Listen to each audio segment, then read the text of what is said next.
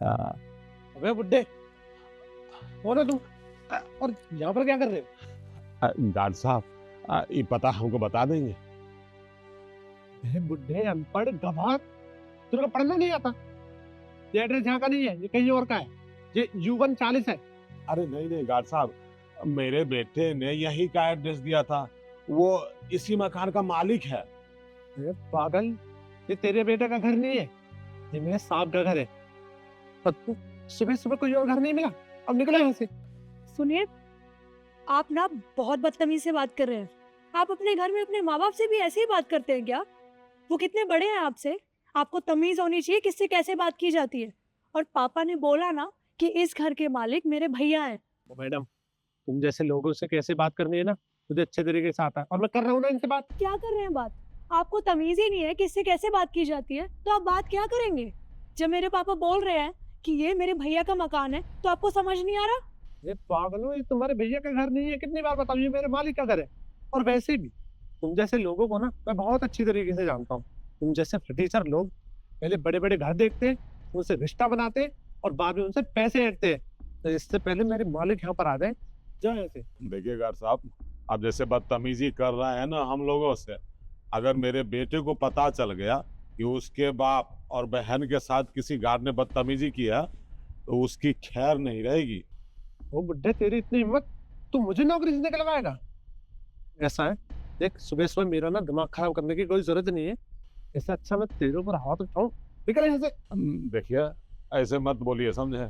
हमको अच्छे तरीके से पता है कि मेरे बेटे का ही घर है।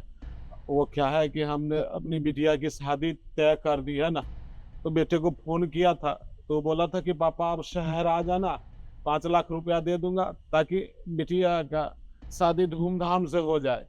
और उसने यहाँ का पता भी दिया था, देखिए से पता और नंबर सब लिखा है। आप विश्वास कीजिए, मेरे बेटे का ही घर है। मुझे पता था ना, मुझे पता था कि तुम पैसे लेने के लिए ही आए हो।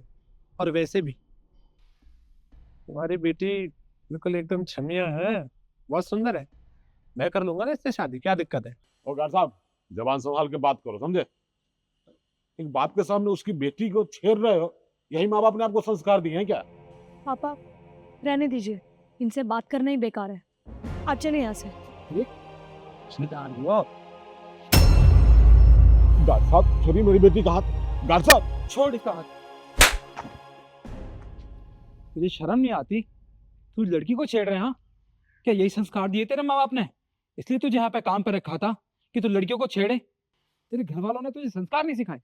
अरे मालिक, आप यहाँ, मैं इनको नहीं छेड़ रहा था। अरे ये तो मुझसे पता पूछ रहे थे, मैं तो इनकी मदद कर रहा था और इन्हें बता रहा था कि ये गलत पता है, ऐसा कुछ भी नहीं है। अच्छा अच्छा, तूने मुझे बेवकूफ समझा हुआ है क्या? मैंने तुझे काम पे रखा है यहाँ पे, ताकि तूने मुझे वहां खड़े होकर मैंने सब कुछ देख लिया। अरे बेचारे तुझसे पता पूछ रहे थे और तू इन अंकल के सामने इनकी बेटी को छेड़ रहा है। शर्म आनी चाहिए तुझे। साहब माफ कर दीजिए। अंकल जी, आप मुझे बताइए, आप कहाँ का एड्रेस ढूंढ रहे हैं? कहाँ जाना है आपको? आप देखिए ना साहब, हम लोग दर दर भटक रहे हैं अपने बेटे को ढूंढने के लिए, और बेटा मिल ही नहीं रहा है। बस इससे पता ही तो पूछ रहे थे।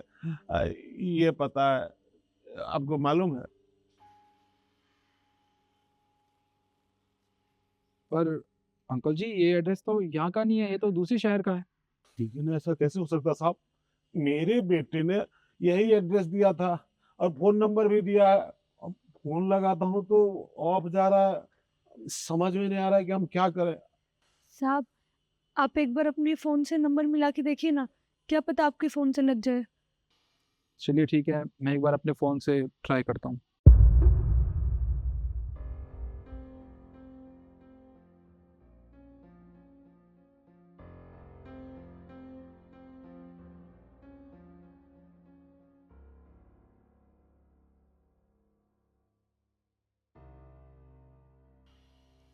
अंकल जी, ये नंबर तो नॉट रीचेबल आ रहा है।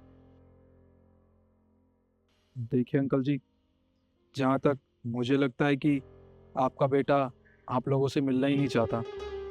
अगर उसे मिलना होता तो वो आपको ये गलत एड्रेस नहीं देता और ये गलत फ़ोन नंबर। अरे कम से कम इसमें से एक चीज़ तो ठीक होनी चाहिए थी ना। ऐसा कैसे हो सकता है? मेरा बेटा है, उससे हमारी कुछ दिन पहले बात हुई थी, बोला था कि इसी पते पर वो रहता है। अपने बाप को गलत पता कैसे देगा साहब? देखिए अंकल जी, मैं आपका दुख दर्द समझ सकता हूँ।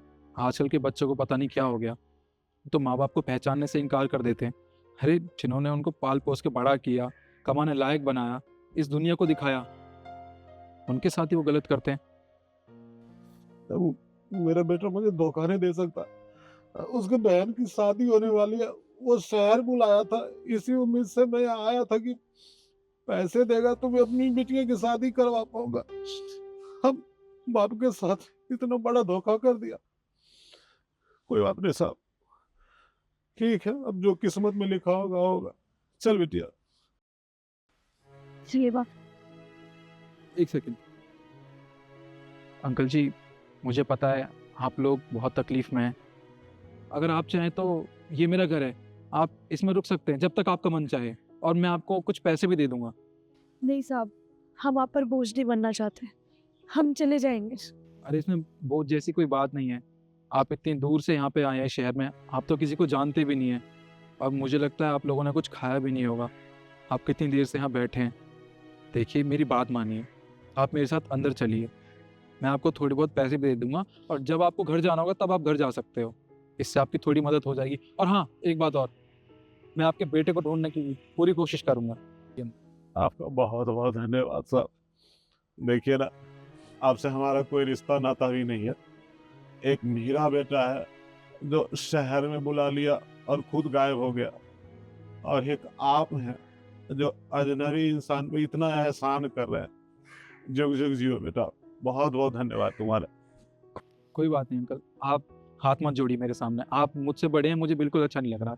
आप आइए ना प्लीज, अंदर आइए, आइए। आ जाओ बेटा।